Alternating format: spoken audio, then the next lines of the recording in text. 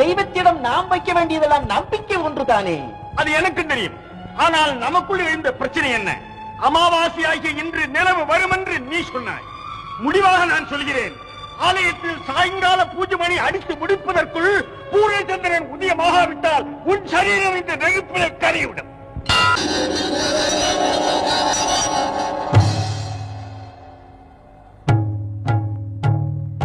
காளி பயங்கரி சூலி மதாங்கினி கண்களில் தெரிகின்றாள். கண்கை சிவந்திடும் வண்ணம் எழுந்தொரு காட்சியை தருகின்றாள். வாழிய மகன் இவன் வாழிய என்றொரு வாழ்த்தும் சொல்கின்றாள். வானகம் வையகம் எங்கனுமே ஒரு வடிவாய் தெரிகின்றாள். எழில் வடிவாய் தெரிகின்றாள். அன்னை தெரிகின்றாள், என் அம்மை தெரிகின்றாள். அன்னை தெரிகின்றாள், என் அம்மை தெரிகின்றாள். ஓம் சக்தி ஓம் சக்தி ஓம் சக்தி ஓம் சக்தி ஓம்.